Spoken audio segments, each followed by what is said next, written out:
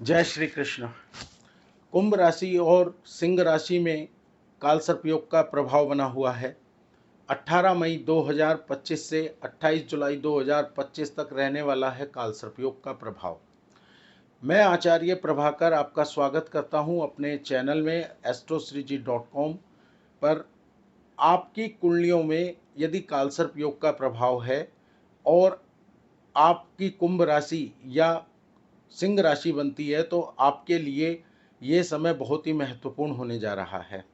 18 मई 2025 से राहु केतु आकाश में राशि परिवर्तन किए और इसी वजह से कालसर्प योग का निर्माण हो गया है जो 28 जुलाई 2025 तक रहेगा। इस कालसर्प योग के जातकों के लिए बहुत से प्रभावशाली चीज़ें होती हैं जो उनके जीवन को थोड़ा संघर्षमयी बना देती हैं या थोड़ा सा परेशानियों को उत्पन्न करने वाली होती हैं। कालसर्प योग के प्रभाव में देखा जाता है कि व्यक्ति जितने संघर्ष करता है, जितनी मेहनत करता है, उसके अनुसार उसे फल की प्राप्ति नहीं हो पाती है। नज़दीकी संबंधों में दूरियां उत्पन्न हो जाती हैं, भ्रम की स्थिति पैदा होती है, लोग अपने माइंड में इमेजिनेशन क्रिएट करना शुरू कर देते हैं और चीज़ों पर बहुत ज़्यादा अपने विचारों को इस प्रकार से व्यक्त करने लगते हैं कि जो चीज़ें नहीं भी हैं उन पर यकीन होना शुरू हो जाता है या भ्रम की स्थिति पैदा होने पर हम नकारात्मक हो जाते हैं। आपकी कुंडलियों में कालसर्प योग ऐसा नहीं कि बहुत ही खराब योग होता है, परंतु देखा जाता है कि इसमें व्यक्ति को संघर्ष ज़्यादा करना पड़ता है।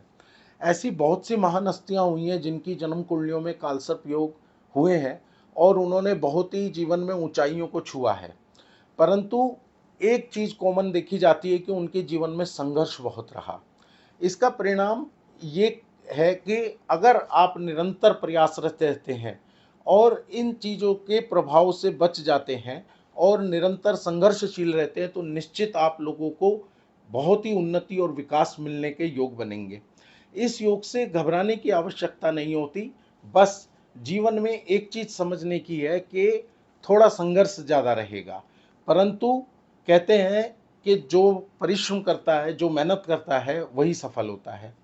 कुंभ राशि और सिंह राशि में जिनका जन्म हुआ है उन लोगों के लिए या जिनकी ये राशियां हैं उनके लिए ये समय बहुत ही महत्वपूर्ण होने जा रहा है।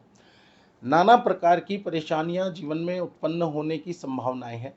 किसी भी प्रकार की लीगल मैटर से आप लोगों को बचना चाहिए।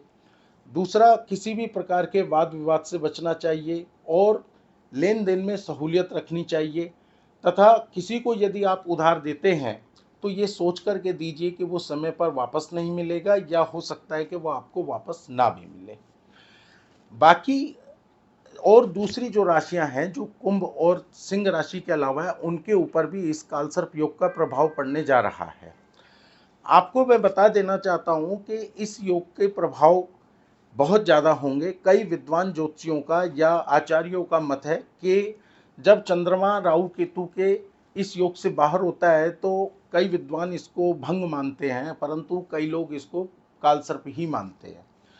इस चीज़ को ध्यान में रखते हुए 16 जून 2025 से लेकर 1 जुलाई 2025 तक का समय और 13 जुलाई 2025 से लेकर के 28 जुलाई 2025 तक का समय ऐसा समय है जिसमें पूर्ण कालसर्प योग रहेगा आकाश में। और इससे आगे पीछे का जो समय है यानी कि 18 मई से लेकर के 16 जून तक एवं 1 जुलाई से लेकर के 13 जुलाई तक का ये समय ऐसा है जिसमें चंद्रमा इस कालसर्प योग से बाहर रहेगा। तो कह सकते हैं कि थोड़ा प्रभाव आंशिक कम हो सकता है, परंतु कुल मिलाकर के ये अवधि है जिसमें ज़्यादा प्रभाव 16 जून 2025 से लेकर 1 जुलाई 2025 और 13 जुलाई 2025 से लेकर 28 जुलाई 2025 तक विशेष रहने वाला है।